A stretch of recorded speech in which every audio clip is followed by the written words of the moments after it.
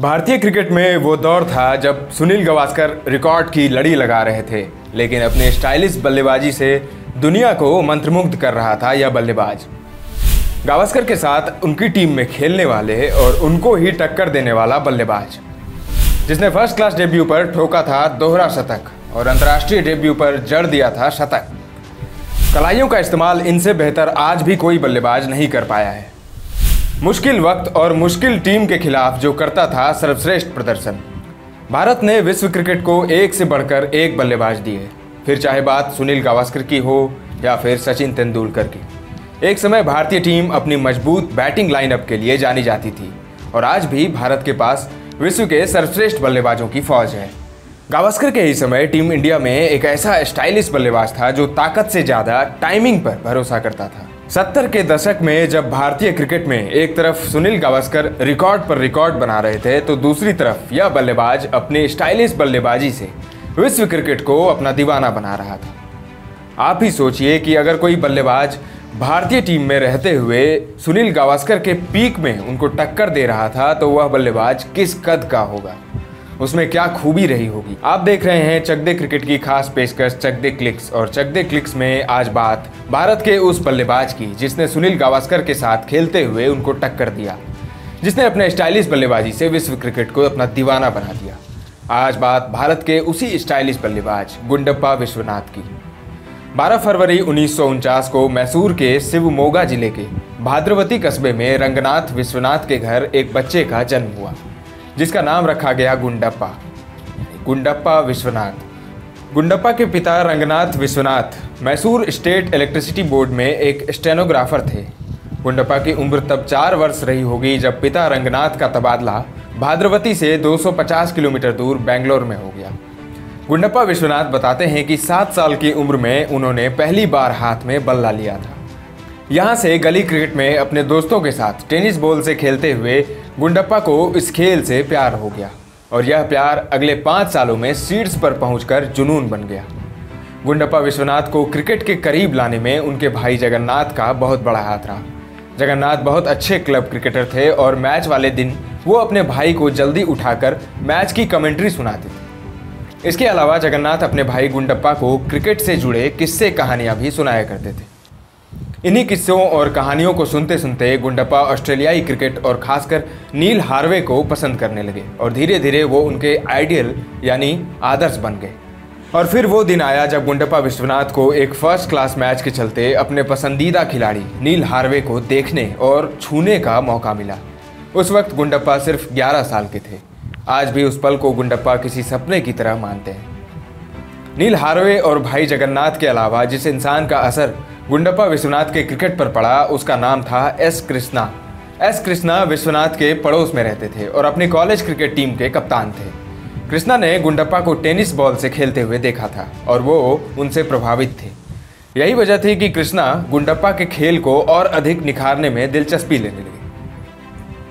गुंडप्पा विश्वनाथ एक अच्छे बल्लेबाज के तौर पर अपने आसपास फेमस होने लगे।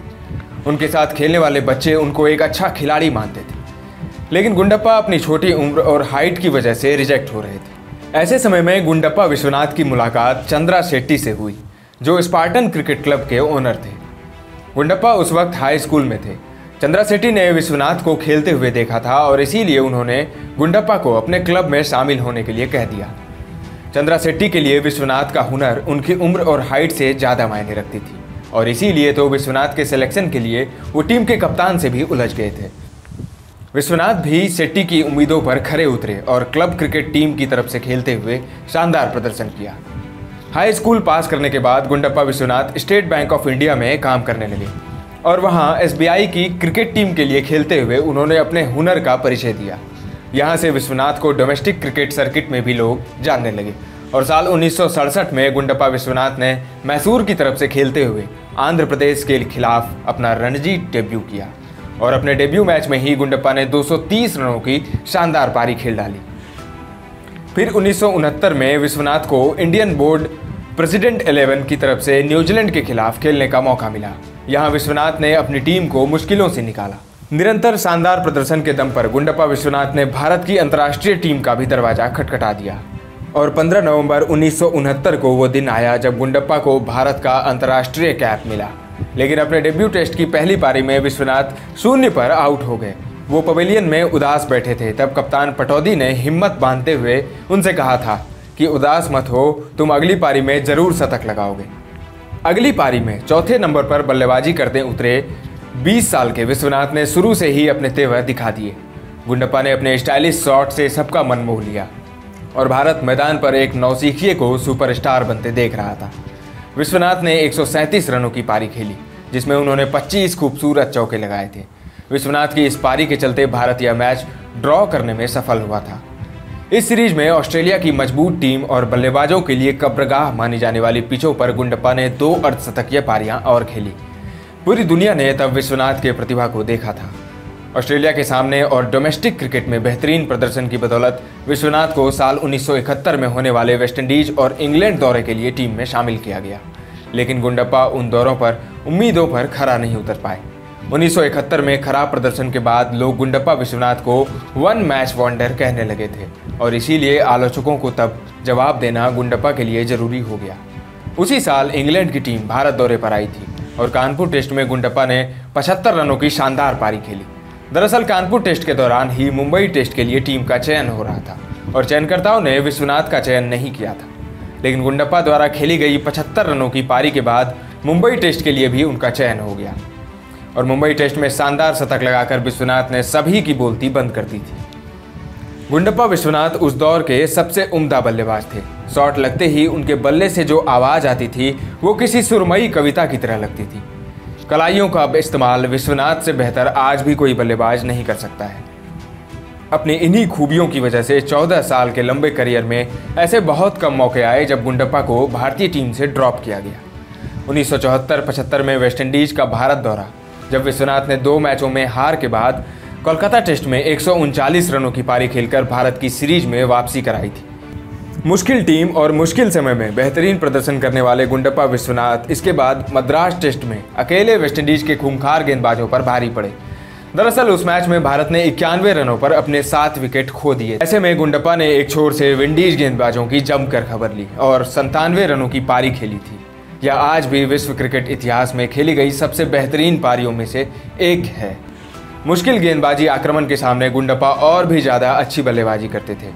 उस वक्त ऑस्ट्रेलिया और वेस्टइंडीज के गेंदबाजों की तूती बोलती थी और इन 2 टीमों के विरुद्ध गुंडप्पा का बैटिंग एवरेज 50 से भी ऊपर का रहता था।